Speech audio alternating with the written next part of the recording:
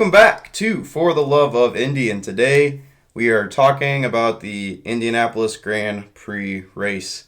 And I think there's an interesting article we're going to be reading, and so stay tuned for that because I think it describes a lot about what I've been feeling personally about IndyCar. Right. And it verbalizes it perfectly. We're going to go over it. We're going to cover it. So stay tuned for that. But first, let's talk about the race. All right. We had a race. Yep. We did indeed. It was looking good at first turn because Graham Rahal came through. I guess qualifying, once again, timesheets were nice. Mm-hmm. And Polo, did Polo get pole on that? He did. Mm-hmm. Polo gets pole. And no one else really exceptional in quality that I can really think of. So then going into the race, turn one, Graham Rahal somehow was able to outbrake Pelot, just had a little bit more balls. Yeah. And was able to hold the race lead for a freaking long time. Yeah, he did pretty well. I was actually getting very excited for a Rahal win for a second, just because it wasn't Pelot. Right. And that obviously didn't go our way, but he hadn't won a race apparently in like 8 years. Yeah, it has been a little while for him, and it was nice to see him doing well. Surprising to see him doing well, but he definitely put some emotion and energy and passion into the race. So yeah. Well, I guess qualifying there was a big thing, and the RLL put crack cocaine in all of their cars. Yeah, they all did really well. They were in the top. They were all in the Fast Six. Yeah. They all made all 3 RLLs to the Fast Six, which I don't think ever done before. Yeah, and they didn't really put crack cocaine, but they must have did. They did something. Their cars were completely aligned to the track and to doing. Some well. people were thinking because they were one of the teams to actually run softs during practice, and the other teams weren't wanting to risk all their stickers in practice, right? Yeah, that for balancing reasons, right. And Andretti just fell apart. Oh my god! Like it was a tough Andretti race. Andretti just, I guess, didn't understand the race weekend with the hybrid or something at GP because it was just not there. But RLL knew it somehow. Yeah, well, they were ready. It was a shocking qualifying from RLL, and I was really hoping to see Foster, because Foster was P3. Yeah. And I was really hoping we'd see Foster pull through with a podium or kind of at least a top 10. Yeah.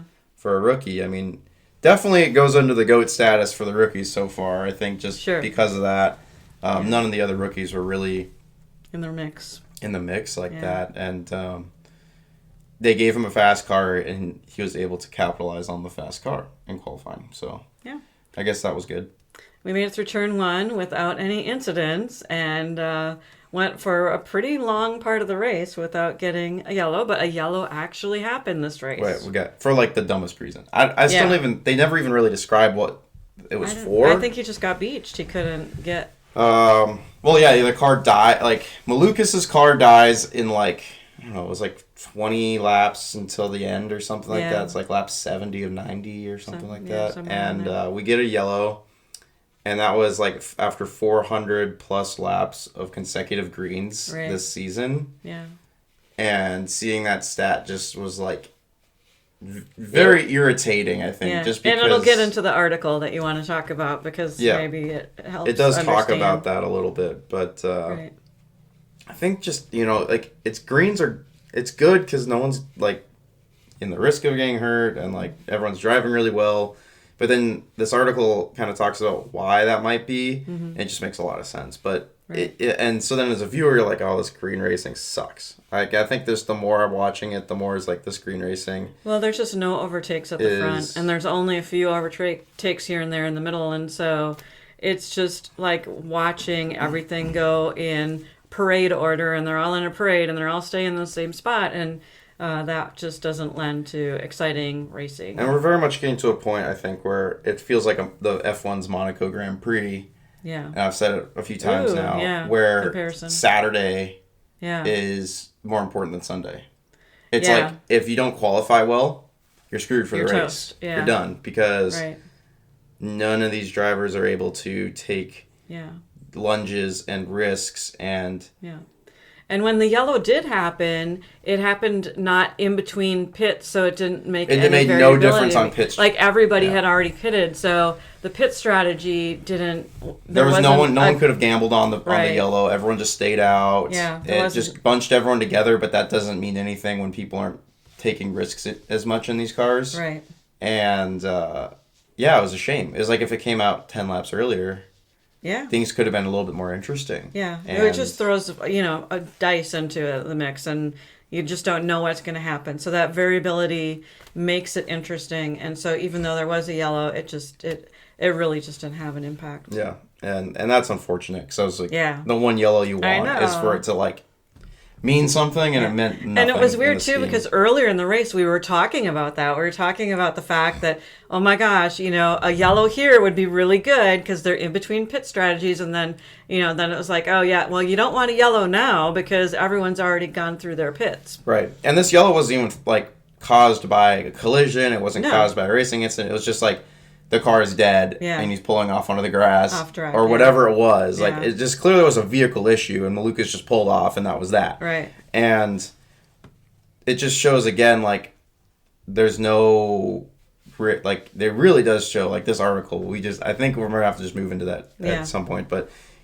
it just kind of shows, like, these drivers are kind of just stuck in these boats, and they're not really wanting to take these risks that would cause these yellows, cause high risk, high reward. It's kind of just like low risk, low reward racing right now. And I think unless something gets done, I'm kind of on the belief right now that we're watching like the death of IndyCar, like interestingness, because how did 2024, even with the hybrid, still watch really decently? Yeah. And this year has taken this drastic turn of like nothing. Yeah, it's tough. It's like watching nothing.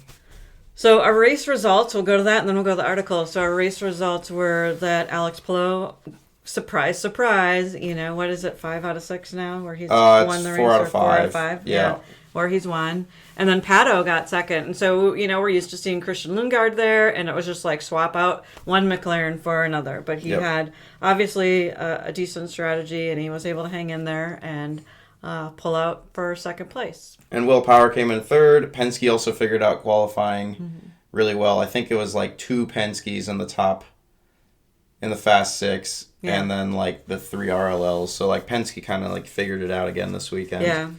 McLaughlin 4th, Dixon 5, Rahal 6. Rahal takes the lead, and then like that last pit stop cycle, they pretty much gambled on like not going to softs. Right. At the end, they went to hards at the end, and he lost all pace, and and just tumbled. Yeah. Oh, and almost every driver that went to the hards at the end, they went way down. Rossi had the same situation where he was having a really good drive and really good day, and then went down. I think ended up. Armstrong, surprising, like P7, kind of a sleeper. No one talked about him the entire race. And he moved up quite a bit too. I don't think.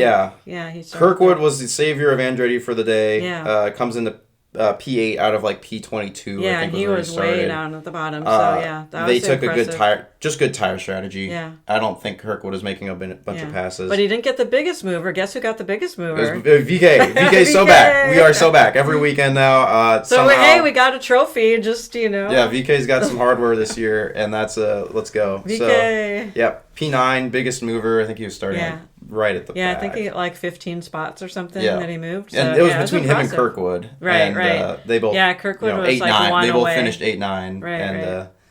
So that was that was fun to see again. The VK and the DCR. I guess now I'm truly at this point I'm rooting for him because no one else is, and he's actually doing well. So and it's fun to see. It's actually kind of fun. So I've enjoying that. That's kind of my only highlight of the season stories so far is the VK dominance in a DCR. Yeah. And then Rosenquist top 10, and then the rest is kind of whatever. So MSR had a good day. They both cleared in the top 10. Yeah. You got to note that as well. Right. I think, Palou finally passes Graham and then just takes off and starts putting a gap on. I've been seeing things on social media where people are already just like, I don't know, is that car got something in it differently? Yeah. And I don't think like throwing around cheating is the greatest thing for a podcast. It probably is on just pure pace.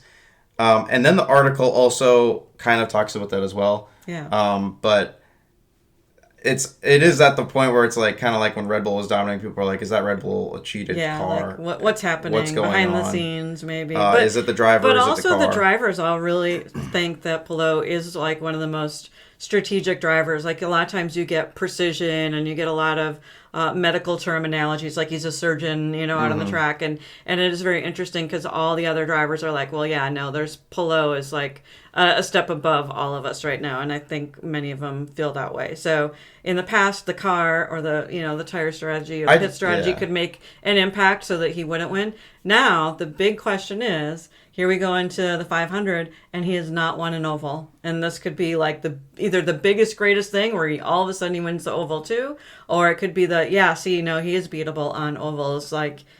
So it will be really interesting. Right. Yeah, and I think people like to throw out cheating on social media just because it's easy. Yeah, it is totally easy. But I don't know really where you can cheat in IndyCar when it's all the same chassis and it's the really same hard. powertrain. Where would you find a cheating margin of what he's doing? I don't know. I don't buy. So I'm not quite there, but I don't know if he wins the rest of the road courses this year. I don't know. I think if he wins the ovals also, then I'll be like, oh, okay, what's really going on? And I know he's been up on podiums for ovals, but he's just not quite got there for the ovals. Yeah. So I think the Indy 500, the big story will be Joseph Newgarden if he can pull off the three-peat, which no one has ever done. Mm-hmm. So that will be the biggest story, and I think there are people rooting for him just for that reason alone, because they want to see a three-peat. But if Palou actually pulls out the win at the 500, that's going to be a huge story too, because he just... then he's stepping up. Now it's truly GOAT status of IndyCar. I think is where you start to put that. Then it's that kind of driver. But yeah, it's interesting. We'll see how the 500 as we're going into practice, and then we're gonna have next weekend's all weekend is quali, so we'll have to cover that, I think. And it's interesting to see how that will go for him because again, the speedway setup on his car is never nearly as strong as his track setup. So hopefully, I'm again hoping for literally anyone besides Newgarden and Palou, just for variety to a 500 me too. win. Yeah, for sure. And the 500 is a little bit more variable. I haven't been able to watch it in full the last few years because 1 year I was in Spain and I couldn't watch it. Another year I was I can't remember what I was doing. I think I was also on a trip or I was I wasn't able to commit to watching either of them, and so this year hopefully will be the first year I can actually sit down. It's 500 weekend. I think I was the lake house or something and no one wanted to watch it. I don't remember, but this year get to finally commit and watch 500. I'm excited about that. I know it's variable. So anyways, let's go into this article. I found this on one of the Facebook groups, and if you're on the Facebook groups for IndyCar, great, please share my podcast on there for me. That would be awesome. But we can't share it, but you can. So. Anyone can go out of their way and just mention this. But anyway, Marshall Pruitt is a big writer. Journalist for IndyCar. Yeah, he's on the Racer magazine, yep. big magazine, and he's the IndyCar journalist for Racer. Yeah. And this was honestly, I think, the best take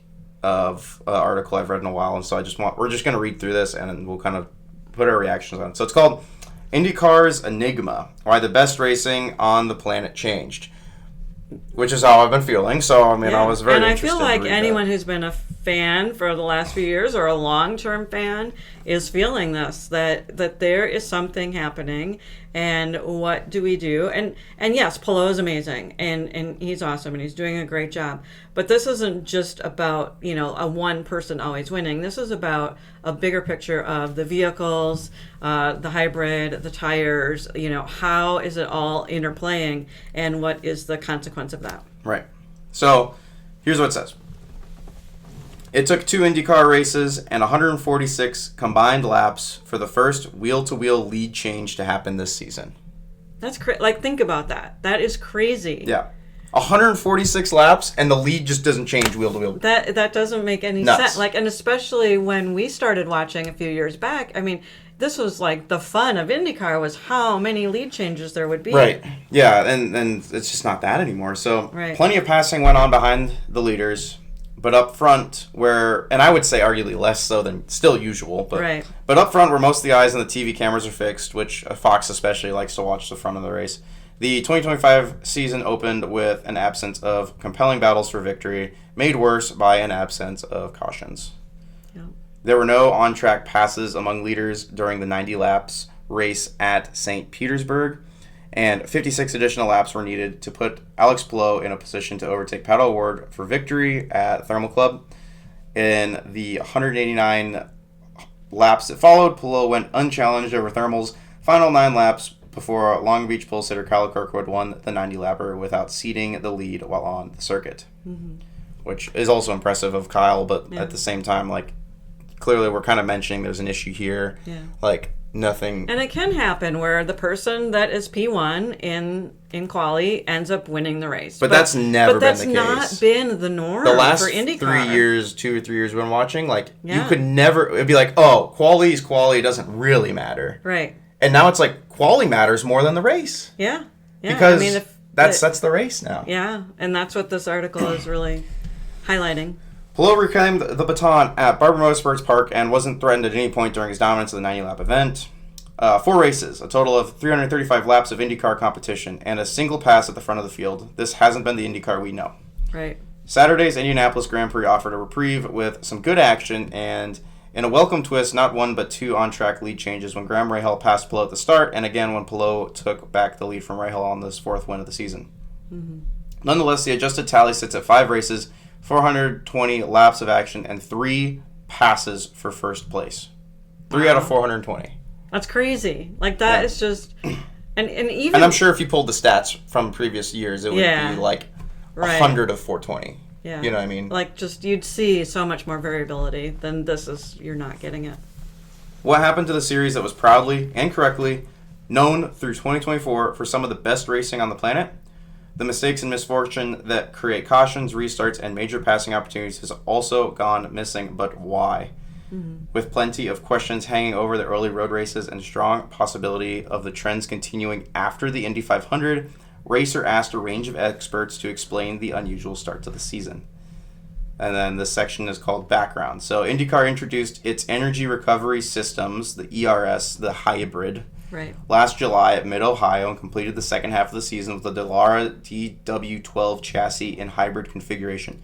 The ERS units, placed towards the back of the cars between the engine and the transmission, added 132 pounds. To offset the increase, some of the DW12's drivetrain components were remade in lightweight magnesium, bringing the net gain down to approximately 100 pounds. That's still a lot of weight. Like, that's a think ton. About that. That's just, Well, that's like adding that's adding 2/3 of another driver into the car. Right. You know, like that, or over 2/3 of another driver. Yeah, depending on... That's a lot of weight. So, a total of 2 road courses, 1 street course, 5 short ovals, and an intermediate oval were run in 2024 with the hybrids. The roads and street races weren't the most memorable, but the ovals, with the exception of Iowa... Yep. Yeah, do you remember that? They were snoozers. With the exception of Iowa, were among the best races of the year. So what's led to the downturn in lead changes and cautions? Next section is titled Tires. So this is kind of the big point is tires is one of the biggest issues we've had. Yeah. Seeking to create more excitement on the roads and streets, Firestone was asked by IndyCar during the off-season to create a wider gap in grip and durability between its harder primary tires and its softer alternates.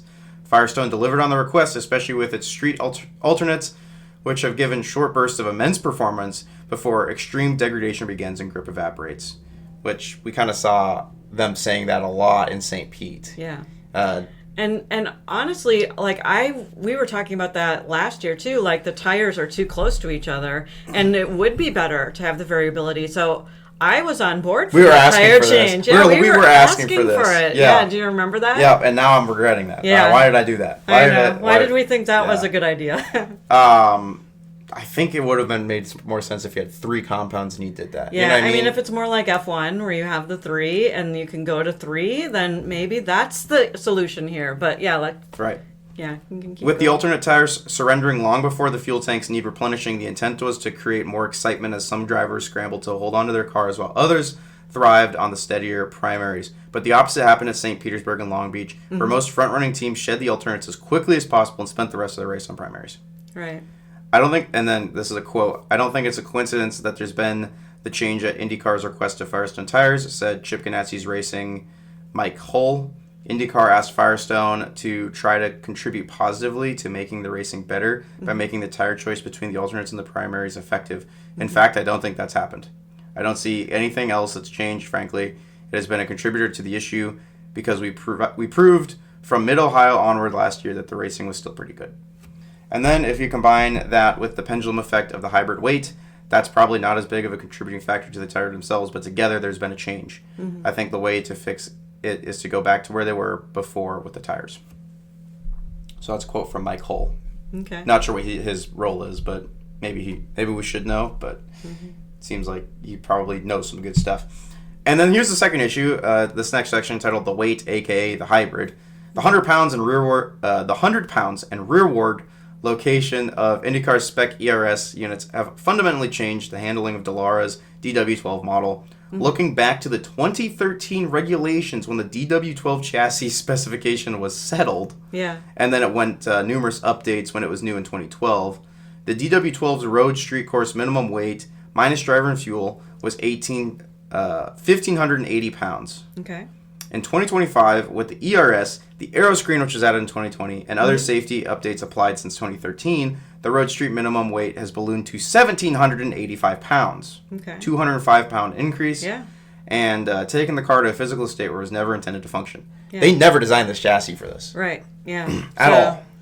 So yeah, the chassis is designed for lower weight. We put on all this extra weight, and that has a huge impact on the maneuverability with the vehicle, and just if you're slowing and speeding up, you've got all that extra weight that you have to deal with to slow and speed up. Yeah, it's just more mass, and mass will always be a big issue on a race car. Yeah, I mean, just think about if you have a truck and you're bringing home a whole bunch of sofas in the back or a whole bunch of things, and you got to brake sooner. Yeah, I mean, you have to really think about that. You can't throw that thing into the left turn in the stoplight. You got to kind of ease her through the stoplight. Yeah, you have to ease it through. You have to slow down. You have to really pay so much more attention to that extra weight. So in our everyday driving, that happens. Now here, it's happening on a chassis that wasn't designed for. Yeah, I think that's the biggest thing. Is also I didn't realize these cars were the same chassis from 2012. That's old. Yeah. That's a problem. Old. I mean, I know they've been talking about making a new chassis. To get a new one in the next it's like 2028. Right? So we're still like another 3 years on this old chassis. I mean,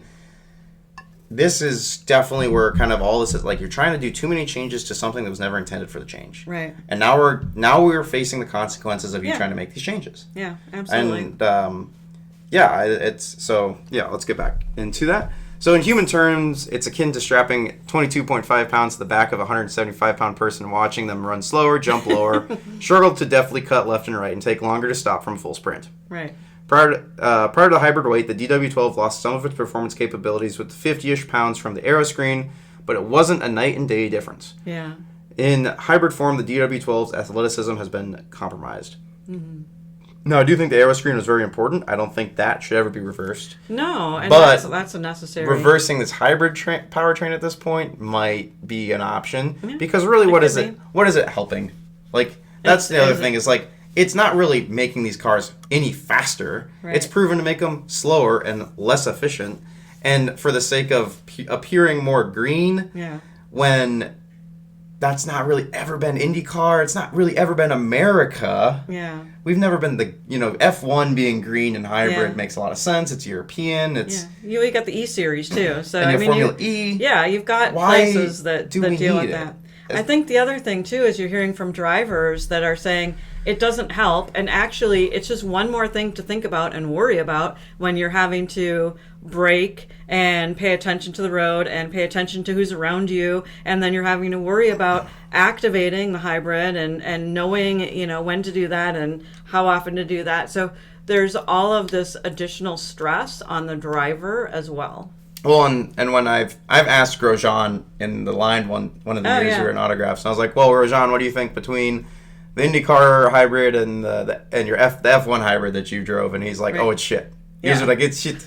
You're just like, oh yeah, and he's like, oh yeah, it's just not even close, not even comparable. So like, however they designed this thing is a bad. Yeah. But also the drivers don't like it, and it just doesn't really add anything. Right. Additionally, like the only thing it has done that's been good is that they can restart their car. Yes, that is by themselves. An advantage. And we would have had 2 yellows in that last race in the Grand Prix. Yeah. Except for the fact that the hybrid helped restart. I think it was Rosenquist who spun out. Yeah, Rosenquist spun out, and you're like, oh, that would have been a yellow. Yeah. But then you just see him crank it back over and drive away, and there was nothing of it. Yeah.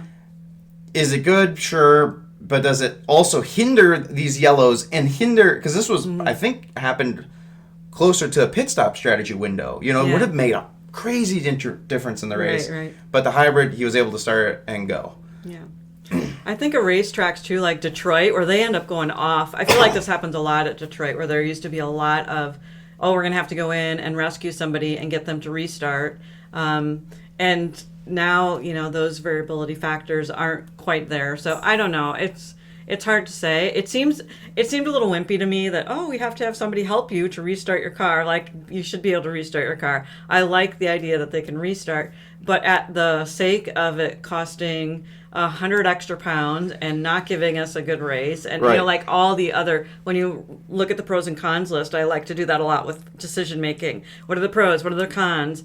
I don't really see that there are any advantages in the hybrid right now. Right, and even when they were like, oh, you can start your car. I remember one time Colton did a pit stop, stalls the car, and then uses the hybrid to crank the car back out and get out of the pit stop. Right. And then they gave him a penalty for it. And then he was in trouble, right. So I was like, what's the point then? If like he was, and like obviously Andretti was like, what's the problem? Like he did exactly what the point of this hybrid was for, guys. Right. Why are you penalizing this? Yeah, it's like, no, you know, your team should have had to start the car, not him. But it's like, what's the, why But it's like, well, that's hybrid? part of the whole point is to have the ability to just restart. So, I mean, they may have changed the rule on that, but at the very least, like, it's just another kind of nick against it, right? Where it's like, now you're not even going to, like, let them use it for what it's used for. Yeah. Okay, so, back into it. With 100 pounds of ERS heft, the elite drivers and engineers have been forthright in saying the DW12 has reached its tipping point. At 1,785 pounds dry and over 2,000 pounds with the drivers and fuel to start the race, that's a ton for a race car. Yeah. Like, that's getting almost nearing some of the small, like, passenger cars. Right. The car's weight diminishes its ability to perform at the highest levels. To keep the hybrid cars on the racing surface pointed in the right direction and the new tire compounds from boiling over, drivers have had to tame their inner animals, some more than others, to comply with the DW12's load performance threshold. Yeah. The series' best drivers are unable to attack the steering wheel and each other with the same daring road street course passes that made for such great racing previously. Mm-hmm. Quote, the heavier any race car gets, the less forgiving it is for minor corrections, notes Kyle Kirkwood. This is Kirkwood now. Right. If you think about a 1,500-pound open-wheel car versus a heavier sports car, you think of something nimble, fast, very direct. Mm-hmm. If you have a small snap, like a sideways moment, it's a quick snap, a quick grab, and you continue on. Sports cars, on the other hand, like, you know, four-door IMSAs and things like that, if you start to slide, you just get a big, lazy slide, which is the perfect way of thinking about it. Like, in IndyCar, you kind of do see it's just this, but then, like, the big, you know, like, old sports cars, it's like that, and then you kind of have the whole rear end swinging out, and it swings it back, and, you know, and then you kind of get it back in. Like, it's way different, right? Yeah. So now we're falling in between those two with the added weight. It's a lazier car with added weight. No matter what you do power-wise, it doesn't matter if you put a 5,000 horsepower engine in it. If you add 100 pounds, it's going to be slower in the corner. That's just a given fact. Yeah. And in some ways, you can't just push the absolute limit, because as soon as you get to the edge, the car tips over more than what you had in previous years. Mm-hmm. The lighter the car, the more nimble it is, the more you can catch it, and the more you can push and get away with it. So now you're falling into this realm of needing to keep it at 99%, not 105% like you've seen in the past. Mm. It's mostly because it's just less forgiving, Kirkwood continues. If you push to that 105% and you're all over the wheel, like maybe you've seen with Pato in the last recent years, that's not actually the fast way to drive it anymore. Which makes sense why Pato's been struggling with this hybrid, because like you can't just, he oversteers. Yeah, his driving style, isn't conducive. You need to be smooth, concise, not sliding the tire with the way the weight has gone, and the weight distribution with where the weight lives is probably the bigger factor. It has migrated the type of driving that you have to do to get the lap time out of the car. Those who prefer cars tuned with slight oversteer or drive in a manner that includes the oversteer have found a smaller margin of error while dancing on the edge with the 100 pounds, which Kirkwood describes as no longer playing above 99%. Mm-hmm. But we've seen some small oversteering moments since the hybrid arrives. It's just a case of the frequency being greatly reduced. There is the reason why Pato has been slower and why Palou is winning. Yeah. That's in a paragraph, there you go. Yeah. Because it's basically like, we can't push this car. Yeah. We can't oversteer this car. We need to be precise. Right. Well, who's Mr. Precision? Hello. When every other driver probably had a way of driving very oversteery. Even Herta was very much aggressive, like hard late style. brake, throw it in if he kind of snaps it. Like Pato is the same way. Right. Like so many of these IndyCar drivers are used to a little bit of that snap, a little bit of that give, and then they keep going. Now you can't do that at all. Yeah. And the only person who has been driving that does drive like that, my guess is, I think Rosenquist is kind of that way, and then you have Palou, obviously, and maybe Lundgaard's got that maybe style. Lundgaard's style, and that's is that why way. He's doing so well. I think we're kind of seeing why. It could be. Some of these drivers are kind of coming out to the top, and while some of them are just kind of falling back. I don't know. Maybe this is why Newgarden's falling back. Maybe Newgarden is more of an oversteery driver. Right. Right? Yeah. And so... So that's going to maybe shift who we're going to see if things stay the same for the rest of the season, which they probably will. Yeah. You never know. I mean, Firestone might be nimble and quick in changing some tire options or adding another option. We'll see. But it is interesting to see, like, this could really impact, who your top 10 are going to be for the whole season. And Palou will probably win it outright very easily. And probably about halfway through the season, too. Yeah. There will be, it'll just be like, there's 3 more races. Doesn't matter. Palou's already won it. Right, Who cares? Yeah. I think that's a serious problem. IndyCar is good at trying to make changes really quickly. They tried a new tire strategy this weekend. Yeah. They were like, well, let's just see what that does. They do like making these changes between races. Yeah. It's Which just is a like, good thing. we are talking about, like, the change needs to be, Firestone, give us the old tires back. Right. And so we have all 3 maybe, Or give us 3 options, right? 3 options. Or, like, cut the hybrid. You know what I mean? Like, we're talking big changes that I don't think they're going to make. I don't know, like, physically, how hard would it be to just pop out all the hybrids? Really easy. Is it easy? Really easy. Okay. Yeah, I mean, it's literally just like here's your engine, you have your engine block, your clutch, and all that. You have just the hybrid that's stuck in there, basically where a torque converter would be in your standard transmission, and then you have the gearbox. Okay. You would just pop it out, and they would just be just a bell housing with an empty space in it, basically. So could they potentially say, hey, for the next 3 races, we're gonna pop out the hybrids? Yeah. And see what happens. Think you could, after the could that be an option? After the 500, if we had another 3-week break, 110%. That totally is a doable action that you could have IndyCar take. Yeah. It's 100% something they could do. Yeah. It wouldn't be that hard. They have all the old data from when they were running without the hybrid. Yeah. And I think you would immediately see racing get better. Do they just take off the button on the steering wheel or deactivate it? It just wouldn't do anything. You just wouldn't use it? It wouldn't be doing anything. Yeah. It wouldn't. I just feel like the stress for the driver too. Like it would remove that whole element, and it would be interesting to see if you can get that. That nimble, quick back up to 100%. Like Kirkwood's saying, he can't go 100%. Right. So, continuing on. Ed Carpenter Racing's Alexander Rossi offered a different take that speaks to understeer and the opposite handling phenomena. Certainly, the hybrid has made the car really numb and unenjoyable to drive, which is very Rossi of him to say. Yeah, it is Rossi. And it also added a lot of understeer, Rossi says. Okay. So that's a safer way to drive a car too, right? It's not that we're choosing to have this massive level of understeer, but you can't really get the car to the same oversteering that it once was. It's just induced so much push that you can't really even spin if you wanted to. Like, you can, obviously, but the car is not free to easily oversteer anymore. Right. When we added the aero screen, it overloaded the front axle, and so now it has nothing to do with where the weight is, high, low, forward, back. The physical capacity of the car and tire right now can't tolerate the higher weight. So the weakest link is the front, and that's obviously going to give first. Mm-hmm. You'd think rearward weight would make it super loose, and that's not the case because most of the time the front tire is what's struggling in the pure balance of the car to combat the added horsepower. Mm-hmm. Tire thresholds as a limitation. With the changes to the road racing tire compounds and the excessive weight of the car placing extreme demands on those tires, the DW12 hasn't been able to withstand the same level of abuse. The riskier passing attempts under braking and into the corners seen in the pre-hybrid era placing high load on the tires have been mostly abandoned in the name of managing tire life. In turn, green flag racing has ruled the season. Even though it's not technically a fuel race for distance, it's a fuel race for tire life, says Rossi. You're driving under the performance threshold, and so you're not as prone to mistakes. And then at thermal, even though it's not a different tire, but because the tire degradation is so high there, it's a similar situation. Not from a fuel standpoint, but you're driving to a tire temp target to make it survive. Mm-hmm. So again, it's the same sort of situation. Mm-hmm. At braking, at Turn 5 in Barber Motorsports Park was a prime example of how the DW12 has changed with the hybrid weight on board. Prior to the hybrid, the long run to the downhill braking zone and hairpin corner is where most of the passing happened. I think it was like turn 5. You kind of remember that. It's like, right? As after driver would shoot down the inside and take the position from a rival, often banging wheels, forcing those on the outside onto the dirt and grass. It was messy and made for great theater. Right.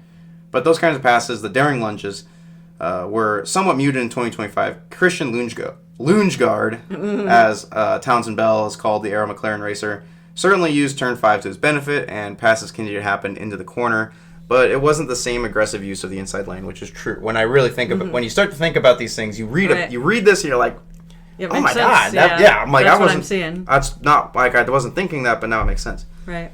It was cleaner, which isn't necessarily a bad thing, but Barber's most dynamic turn for passing was transformed into any other anonymous corner because the new tires and weight won't accept the same kind of spirited stopping and turning. Mm-hmm. My old friend Mr. Rossi and I were chatting about this after the race, relates Rob Edwards, who's Colton Herta's race strategist. Yeah. I don't think you can follow as close. It's changed braking distances, that ability to get close enough to throw the car down the inside or alongside it. I think that is not there as it was before. Mm-hmm. Racing strategy. Career racing is often produced when the field is split on how many pit stops to perform. It's the risers and the fallers routine where half or so of the drivers are on a two-step strategy, for example, and they have to save their fuel and tires to complete long stints that delete the need for a third stop. The other half hammer the throttle the entire time, committed to a three-stop plan, and as those dueling strategies play out, their various fortunes rise or fall throughout the contest and generate plenty of passes throughout the field. The season opened at St. Petersburg with a familiar willingness to get creative with race strategy, and in particular the sequencing when the Firestone's new primaries and alternates would be used. Pole sitter Scott McLaughlin from Team Penske was the key case study. His car was outfitted with long-lasting primaries, while Colton Herta alongside him on the front row, plus all the other drivers starting 6th through 10th, including Alex Below, chose the quick burn alternates, an immediate caution on the first lap that allowed those on alternates to complete the regulatory minimum of 2 laps with their new sets and pit to run the rest of the race on primaries, meant McLaughlin's strategy backfired. Those starting on alternates shed the unloved compound under caution, while Penske drivers stayed out on primaries and later pitted under green to do his mandatory run on alternates. Yeah. He finished 4th, which led to a wholesale change towards conservative strategies after St. Pete that have contributed to this season's racing product. So basically, like, no one's gambling on strategy. Right. Yeah, it's just kind of, and you can kind of see that too. I wonder if there's probably statistics on that too, of how many people are starting with which tire at the beginning and how that is playing out. And if they're all doing the same thing, there's no variability. You see that in F1 a lot of the times, where maybe every once in a while someone starting further and back in the team will have a different strategy than the person up front. Right. As Edward explains, at St. Pete, there were a few guys that started on primes and we saw how it worked out. By the time you got to Long Beach, effectively everyone at the front has converged. We're going to start on the alternates and we're going to get them off as quickly as possible. When the offset between the two compounds of tires is correct, you do get passing because you get tires going off and people are on different tires at different times. I think you could say that on the road courses, the difference between the two types of tire is probably not great enough. And on the street circuits, the difference between the two types of tires is way too great. To the point that one tire is really unusable as a race tire. Yeah. Kirkwood's view, if everybody does the same thing, pits around the same lap, you're never going to see a pass. Right. That's just how IndyCar racing is. Yep. You get in dirty air and you're going to lose time. You have to do something different to get by somebody. Whether that's an undercut, an overcut, or a different strategy, different fuel save, different tires, that's where you actually see good racing. In the past events, you've been stuck in one thing. Like Barber, it was 3 stops for everybody. At Long Beach, everyone's scared of the alternate tires, so you get them off, and then you go to a very consistent normal rate that everyone else is doing. With the exception of Lundgaard and a couple other guys. But that didn't work, and you don't see the big strategy splits at the front because they're not as advantageous or as appealing. We saw McLaughlin try and do that at the beginning of the year, and it didn't work for him at all, so now everybody's gun shy. They just do a safe thing. If you're up front, you're really not going to take a gamble. That's so Kirkwood. Yeah. So no cautions means no restarts. And pulling back to 99%, and the related need to make Firestone's 2025 tires survive as long as possible, plus some incredibly good luck and immense mechanical reliability.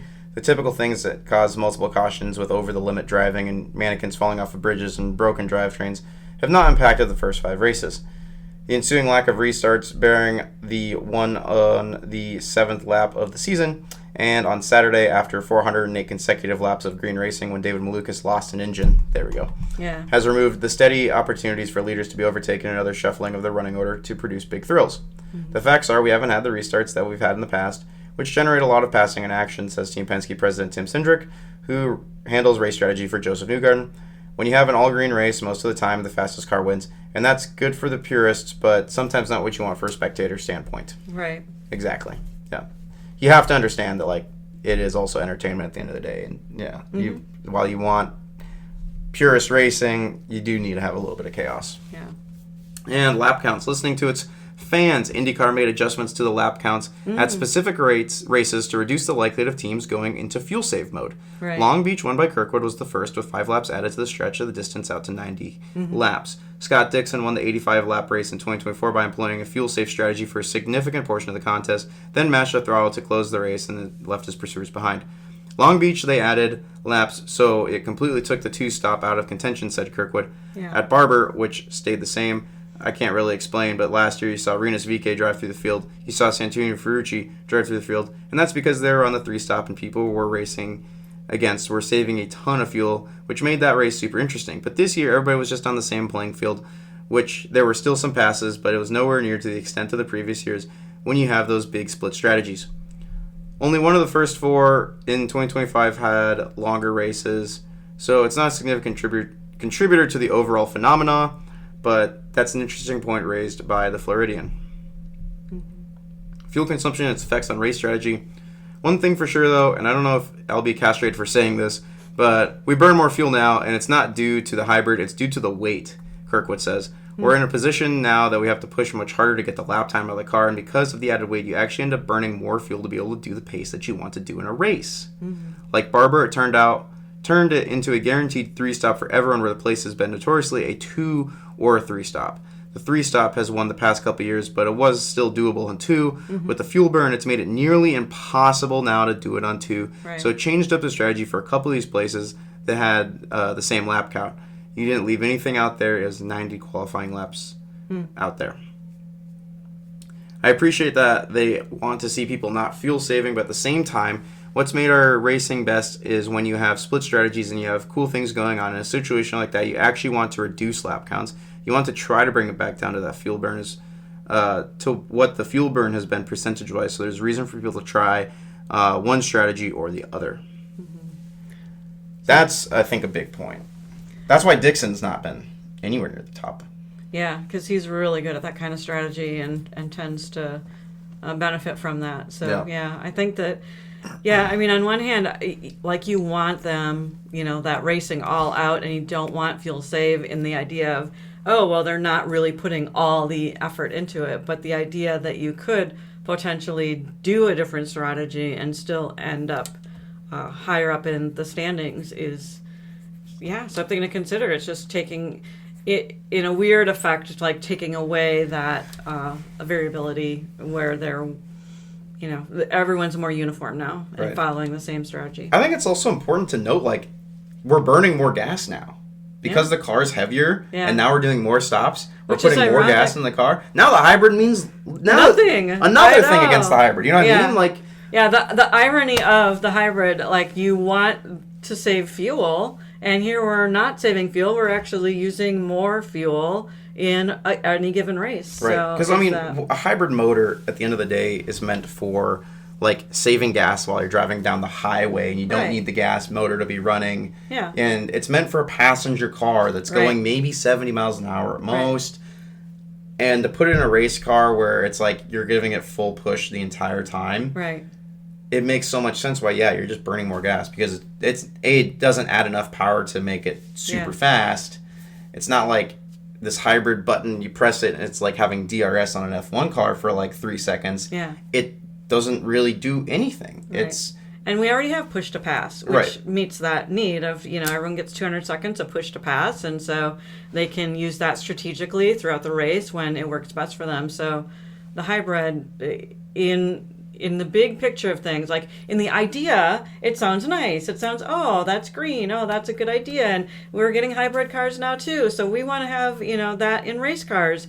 But the reality, the application is this is the kind of racing we're getting. And it's just this chassis wasn't made for it. You know what I mean? Like, the hybrid system would chassis, be fine with the DW13 chassis when they go to that one. Yeah. This chassis wasn't meant for it. Right. And it's done nothing but hinder it right now. Yeah. And I think we're just watching the death of IndyCar because they tried to make this change that this car chassis wasn't meant for. Right. And then this is just kind of an article telling you exactly that. So, in closing, revert the DW12 to non-hybrid specification, and most of the problems are solved. But that won't be happening. Return to Firestone's 2024 hybrid tires, and many of the problems are solved. But that isn't feasible since there's a long production timeline required to make those tires, and there's significant costs involved that nobody wants to cover. Short-term answers that would restore IndyCar's routinely great road and street course racing aren't readily apparent, but a healthy dose of bad luck and the return of multiple cautions per event could reintroduce some of the restarts and unpredictable outcomes that are missing. Some of what the modeling tells us is that this race could be more drawn out than the other races so far, with more separation among the cars, so we'll see what actually happens out there. Ganassi's Hull said ahead of the Indy GP, which turned out to have one caution for 2 laps. But I don't think we should expect to see much in the way of changes to the road and street course racing before next year.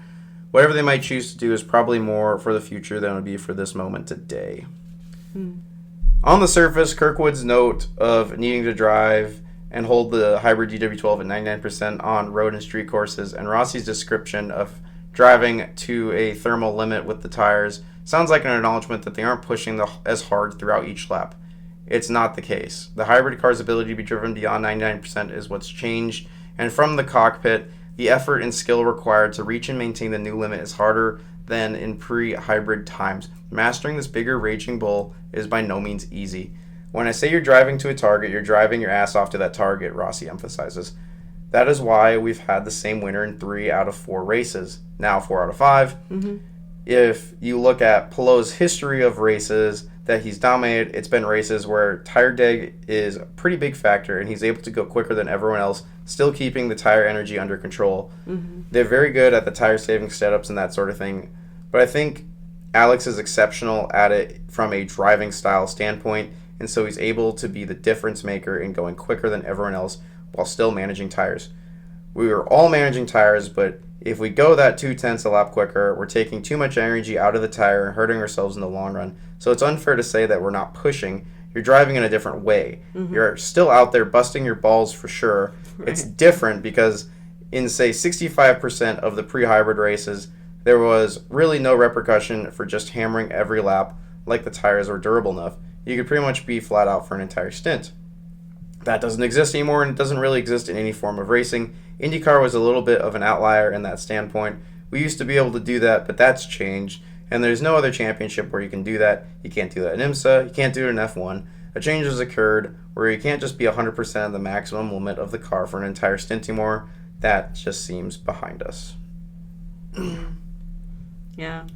And so that's the article from Marshall Pruitt. It's a great article. Yeah. I think this kind of perfectly describes what we've been seeing this year and like kind of why I've been disappointed with a lot of these races. Yeah. I'll leave it a link to this in the description of the show.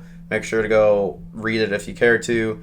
Otherwise, you just listen to it here. But at the very least, all credit to the Racer magazine and Marshall Pruitt. Fantastic writing and journalism as well, because he had to go out and talk to drivers about this sort of thing and get this information out of them to write the story. Right. So yeah, I think that kind of wraps up Indy GP. It was a race of all time because it's kind of falling under the same issue we're seeing with IndyCar, and I really hope that there's I hope it's acknowledged. Yeah. Honestly, at this rate, I feel like it is. I mean, I think it's they have meetings, they get together, they know they want the sport to be exciting for viewers. They want to find the best ways to do that. And so I don't see it as the death of IndyCar, but I see it a little bit more as the there's a little blip in the radar that we need IndyCar to has fix. a cold and we need to get it some we need Advil a little quick. bit of life support to bring it back. And we can bring it back. It's possible, but it's also one of those things where there's definitely a frustration and there isn't an immediate solution. I mean, maybe potentially there could be. And those ideas that we talked about, hey, maybe tires, hey, maybe get rid of the hybrid, they don't see that happening. So that's a problem too. Yeah. I just hope that at some point this gets reversed, at least for 26, because, right. I mean, writing 2025 off now kind of sucks, especially this early in. Yeah. And then we'll see how the Indy 500 goes. But I really do think we're going to see viewership just plummet.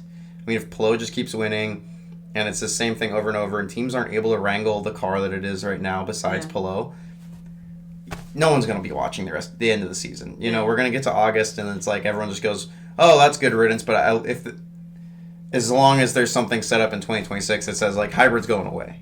Or, like, tires are going to be fixed. You know what I mean? Like, there's got to be something. Yeah, light at the end of the tunnel where we can where we know that, like, this season sucks, but, like, it will get better next year. Yeah. It just is a shame because, it was my favorite series of racing, and now we're like, seriously, man, like, why? And now it's thrown away.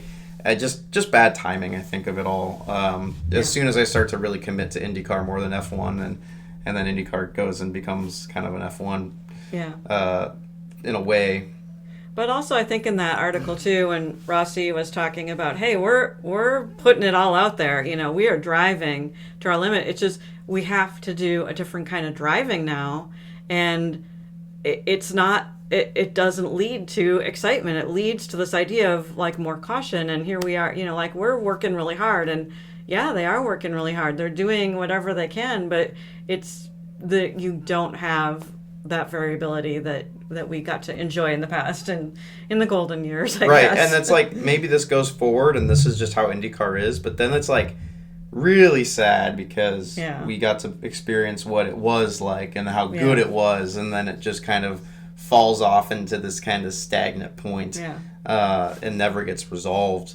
Again, chassis change, put the hybrid in. I just think if we're going to wait until 28 to change this chassis, just pull the hybrid back out. Yeah, and then just wait to put You're burning more gas. You're not saving any energy. Like, just pull it out, design the next car around a hybrid, and then put the hybrid back in. Then acknowledging that this car is not designed for the hybrid, and this was an experiment, and it was an experiment that we learned from, and now we know when we design the next chassis that it will fit, and that we'll be able to work it out then. And we're going to be a little late to the party as far as the hybrid, but hey, we gave it a shot. It didn't quite work. We'll give it a shot in the future.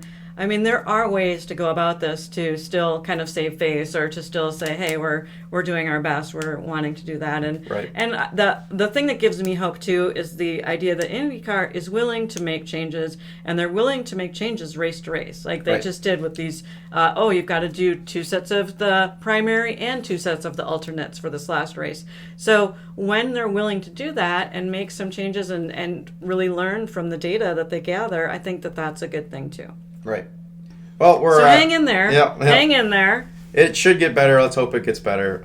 I think this just described kind of where I'm at right now with IndyCar as a fan. Yeah. And again, this is very much a fan perspective, I think. And that was just a well-written way to put it. So we've gone on long enough, I would say, for this episode. It's going to be our longest episode by far. We can put it in part 1, part 2, maybe. And maybe we'll split it up, but I'll probably just throw it all at once. And appreciate you for listening. If you got to the end, that's awesome. Yes, thank you. Put something in like the comments section showing that you listened to the end, like, I don't know, Delara W12 or something, or DW12. Yeah, DW12. DW12 you made it. in the comments shows you made it to the end. Showed you listened to it all. Make sure to like, subscribe, listen to us on Spotify, listen to us on YouTube, whichever way you care to. And share with your friends, share with IndyCar groups. Would be greatly appreciated. At the end of the day, we are just doing this for the love of Indy. Thank you.